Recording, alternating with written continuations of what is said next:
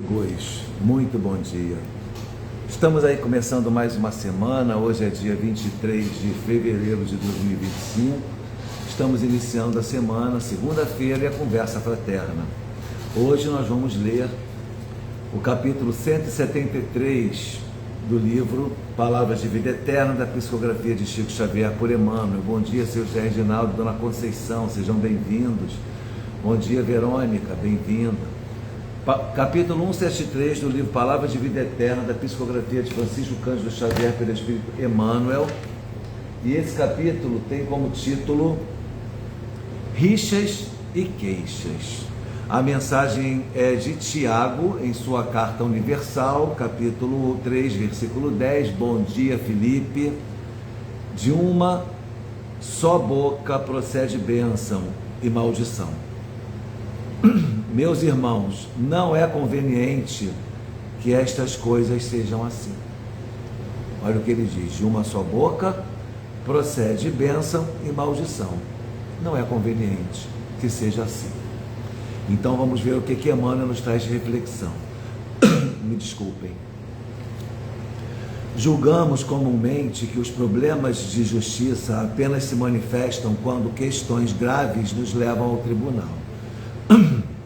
Justiça, porém, é assunto palpitante de todos os dias e a cada hora precisamos dela para a garantia da paz, enquanto necessitamos de ar para a sustentação da existência. Nos mínimos atos usamos justiça para assegurar a harmonia geral. Conhecemos a significação do lugar que ocupamos numa fila simples e sabemos respeitá-lo para a conservação da ordem. Só um momentinho que deu um probleminha aqui na nossa câmera. Todos estamos acordes em obedecer espontaneamente aos preceitos do trânsito, conformando-nos às paradas indispensáveis para a segurança da via pública. Não ignoramos a obrigação de acatar as advertências que regem o emprego da energia elétrica em aparelho determinado, a fim de que não venhamos a comprometer a integridade doméstica. Bom dia, Ana.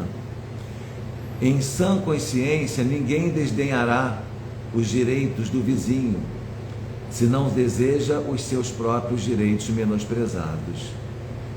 Lembramo-nos de semelhantes imagens do cotidiano para recordar que em nossas indisposições e ressentimentos há que pensar igualmente na tranquilidade dos outros, em todos aqueles que nos compartilham a experiência diária, a fim de que não venhamos a furtar-lhes a esperança e a coragem, golpeando-lhes o ânimo, conturbando-lhes o serviço. Passamos a nossa parte. Evitemos rixas e queixas. Para resguardar o equilíbrio da vida coletiva e da vida caseira, atendemos a instruções e sinais, regulamentos e avisos baseados na experiência dos homens. Para imunizar-nos a vida íntima contra distúrbios e prejuízos, concedeu-nos a divina providência o controle do pensamento e o governo da língua. Olha só, pessoal, vamos pensar aqui. Enquanto eu estava fazendo essa leitura, eu me lembrei do estudo que a gente fez ontem no livro Evolução em Dois Mundos, que fala sobre o autocontrole, a paciência. A Ana estava lá, sabe disso. Mas outra questão que eu estava lembrando também, estava conversando com um amigo ontem sobre essa coisa da gente ter um autocontrole na vida e buscar evitar as contendas, né? Buscar verdadeiramente não aceitar as provocações externas e também não provocar. E aí esse amigo estava dizendo que lá no prédio que ele mora, uma vez teve um vizinho que jogava coisas em cima do telhado da varandinha dele e tal, caía numa área de serviço, e que é muito difícil, mas que ele conseguia manter o controle, que era muito importante que a gente fizesse dessa maneira e tal. Aí depois eu fiz o advogado do diabo. Eu falei, então vamos lá. Agora a gente está falando sobre nós nos autocontrolarmos. Agora eu, na condição de síndico, por exemplo, do prédio que sou, vamos pensar uma coisa aqui. Se todo mundo fizesse a sua parte, respeitasse o outro, não era necessário que a gente interviesse o tempo todo, não haveriam os conflitos, eu não ia perder a minha paciência se o meu vizinho me respeitasse. Muitas vezes você perde o controle, você perde as estribeiras, você perde a paciência por causa de condutas de terceiros. A pessoa te provoca de tal maneira que você não consegue controlar o seu ânimo e você acaba explodindo. Aí você acaba se culpando. Ah, mas eu deveria ter me controlado. Aí eu te pergunto, mas se a pessoa também não tivesse te provocado? Aonde está o limite disso? Da sua responsabilidade? Pensa comigo, você errou, deveria ter se controlado. A ideia é essa, a proposta que nossa conversa de hoje tem é essa, nos colocar como donos, senhores do nosso pensamento e governantes da nossa língua. Senhor do pensamento e senhor da minha língua, o que significa dizer que eu tenho que ter o controle do que penso, racionalizando, e o controle do que eu digo, do que eu falo. Eu não posso sair falando impropérios a esmo, como se eu fosse um desequilibrado. Eu tenho que saber que eu vou te magoar, que eu vou ferir, que eu não posso falar agora, por exemplo, nesse momento, não devo falar nunca, mas sobretudo agora, nesse momento, falar um palavrão. Não tem coerência, não tem menor possibilidade que isso aconteça, porque a minha razão me impede de agir dessa maneira.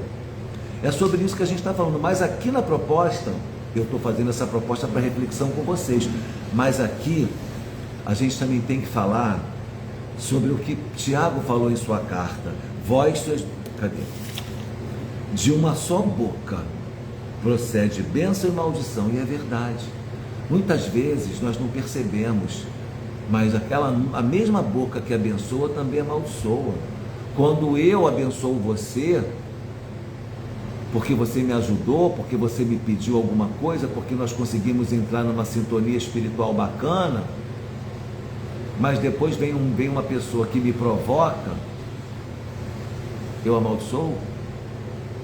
Sabe aquela coisa do perdão? Te perdoo, mas não quero te ver por perto. E a hora que acontece alguma coisa que você está vendo, ó, Deus não deixa de ver nada, Deus não esquece, olha lá, está vendo? Está pagando. Isso é o que? Vingança. Se eu me comprazo com a sua dor, porque você um dia me fez um mal, e eu ainda digo, você está vendo, Deus não dorme, eu estou me vingando de você naquele momento, me sentindo vingado. Como é que eu posso ter abençoado meia hora atrás e agora estar amaldiçoando alguém? Isso é incoerente.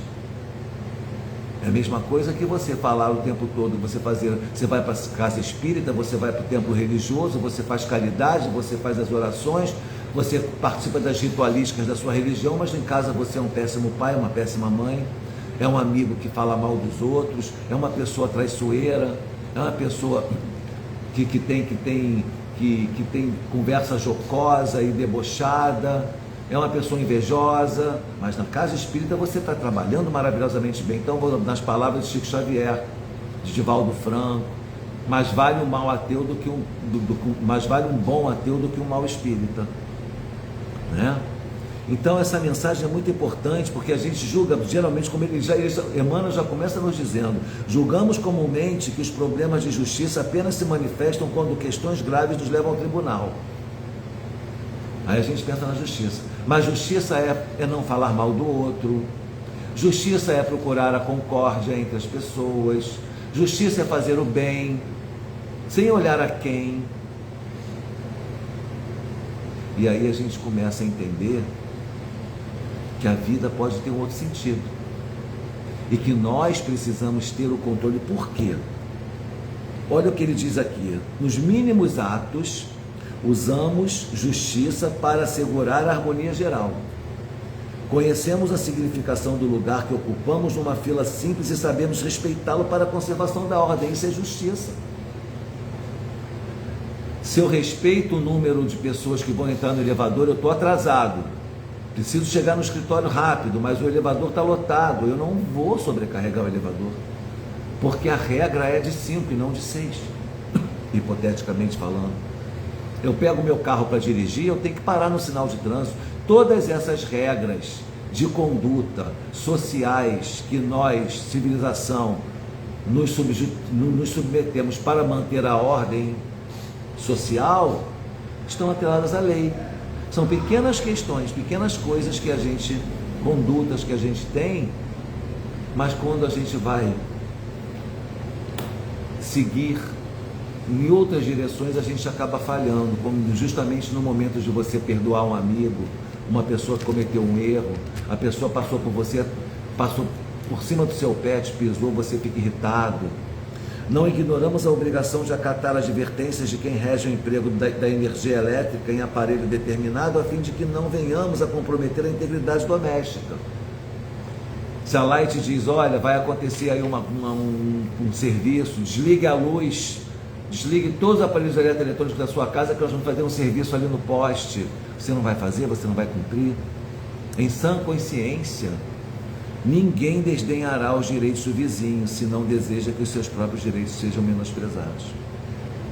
Se nós entendêssemos que o direito do outro está atrelado ao nosso, nós não teríamos confusões, nós não teríamos dissensões sociais, nós não teríamos brigas, nós não teríamos desarmonia social.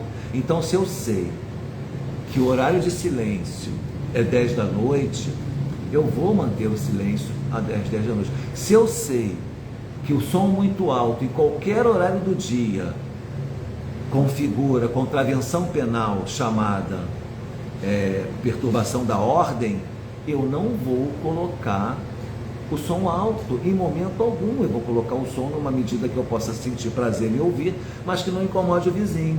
E se eu quiser colocar o som mais alto, eu que vou morar no mato, eu que vou morar num lugar onde não haja vizinho à minha volta, né?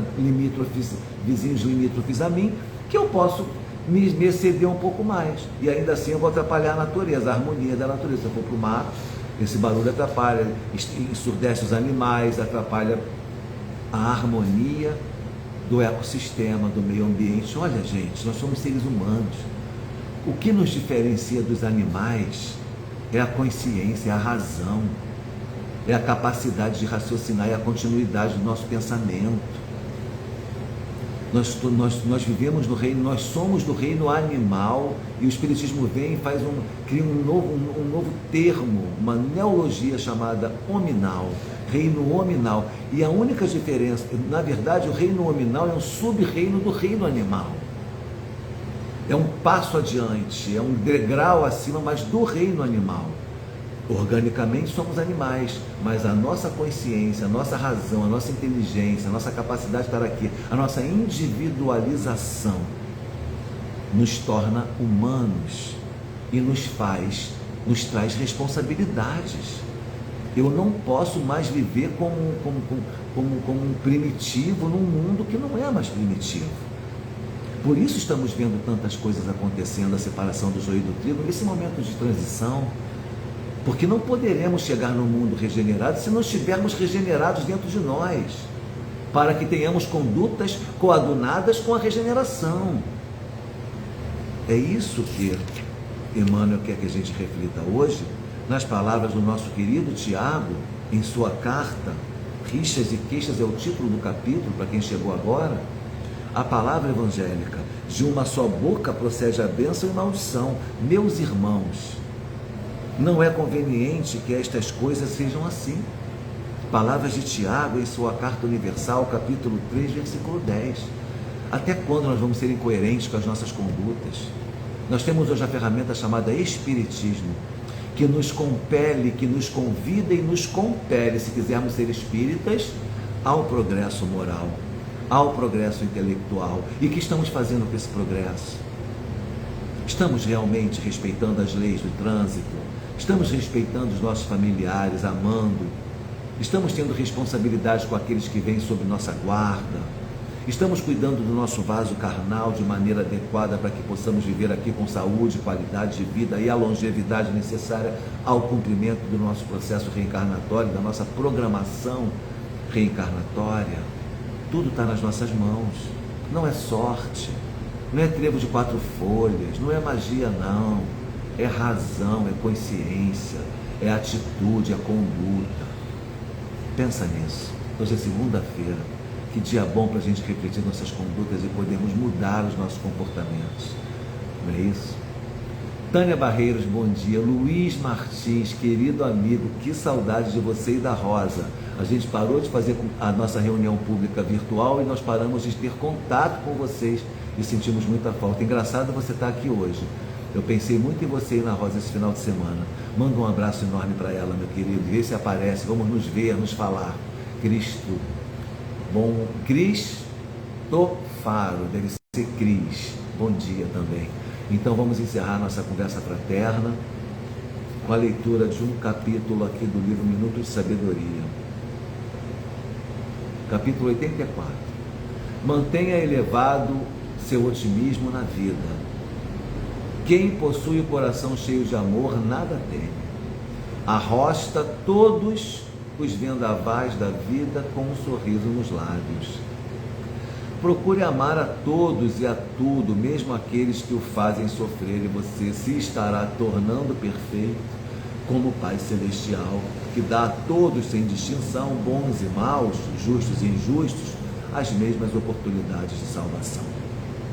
Eu desejo a todos vocês um ótimo dia, uma semana repleta de luz, um final de mês pleno. Semana que vem, quarta-feira ainda estaremos em fevereiro, mas segunda-feira que vem já será março. O tempo urge, meus amigos, vamos fazer a nossa reforma íntima, vamos investir, vamos ter ambição com o nosso progresso espiritual, porque a vida passa rápido aqui, ó. A gente está andando a galope, e o que eu estou fazendo com o meu tempo? Minha maior preciosidade, meu maior tesouro é o tempo. Pensa nisso, o seu maior tesouro é o tempo. Beijo, Felipe, muito obrigado a todos vocês. Verônica, querida, um beijo a todos que eu não falei, me desculpem aqueles que entraram. Então, até a próxima, paz e bem, um ótimo dia.